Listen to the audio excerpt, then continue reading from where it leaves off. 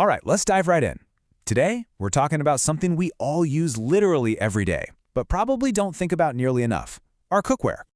Seriously, have you ever stopped to wonder what's really in that pan you're cooking with? It seems like such a simple question, but the answer is surprisingly complex. The very tool we trust with our food could be adding some unwanted ingredients. So let's get to the bottom of it. Our mission in this explainer is to cut through all the marketing hype and the confusing claims to really figure out what makes a pan safe and what, well, makes it a potential health risk. Okay, let's break this down. What do we even mean by toxic versus non-toxic? On the one hand, you've got toxic cookware.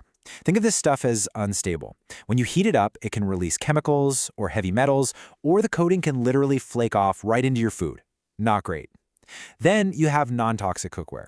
This is all about stability. It's made from materials that stay safe and inert, no matter how high the heat gets. The key difference is what the pan might be releasing.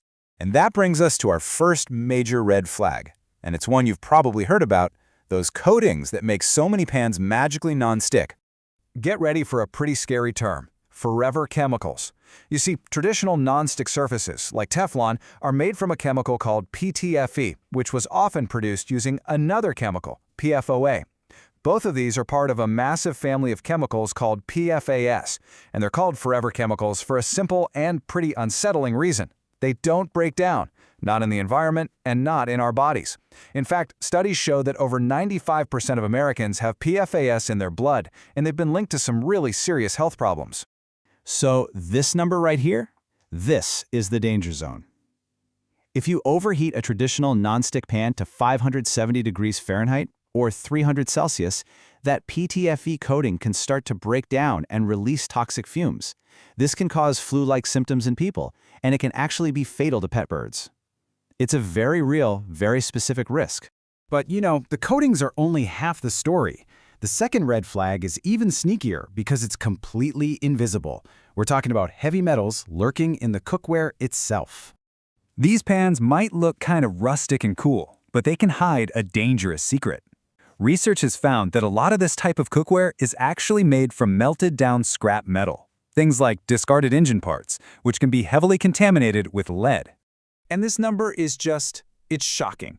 One study found that a single pan made from something called hindolium leached lead at a level 1,400 times higher than the recommended daily limit for a child. That's a massive, hidden dose of a potent neurotoxin from just a single meal. And it's not just scrap aluminum. Certain brass cookware can have lead added to it, and antique or handmade pottery can have lead-based glazes that contaminate food. Even low-quality stainless steel can leach metals like nickel and manganese. The source of the material is absolutely crucial. Okay, enough with the scary stuff. The good news is there are fantastic, safe, and really reliable alternatives out there. So let's talk about the non-toxic champions of the kitchen. Two of the most trusted materials are cast iron and carbon steel. The magic with both of these is that you can season them with oil to create a totally natural, chemical-free, non-stick surface. So what's the difference?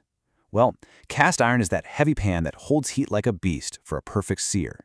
Carbon steel is lighter and a lot more responsive when you change the temperature. And beyond those classics, there are some awesome modern champions. High-grade stainless steel, like 304 or 316, is a non-reactive workhorse, perfect for acidic foods.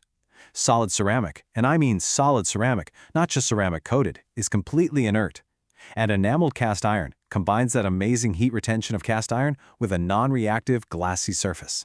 So how do you put all this information into action? Here's a simple playbook for building a safer kitchen. It really just boils down to 3 simple steps. First, check for certifications like FDA or LFGB marks on the packaging. Second, be mindful of acids. Try not to cook acidic foods in reactive metals like unseasoned aluminum or brass. And third, if any of your coated pans are deeply scratched or flaking, it's time to retire them. So here's the bottom line. Risky cookware often has those synthetic coatings that can release fumes and scratch easily. Non-toxic cookware uses stable, durable materials that are safe at high heat and non-reactive. It's really the difference between disposable chemistry and lasting quality.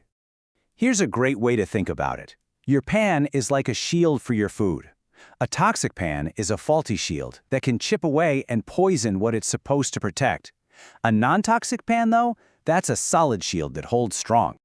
Your cookware isn't just an accessory. It's a daily tool for your health. So the question is, are your pans on your side?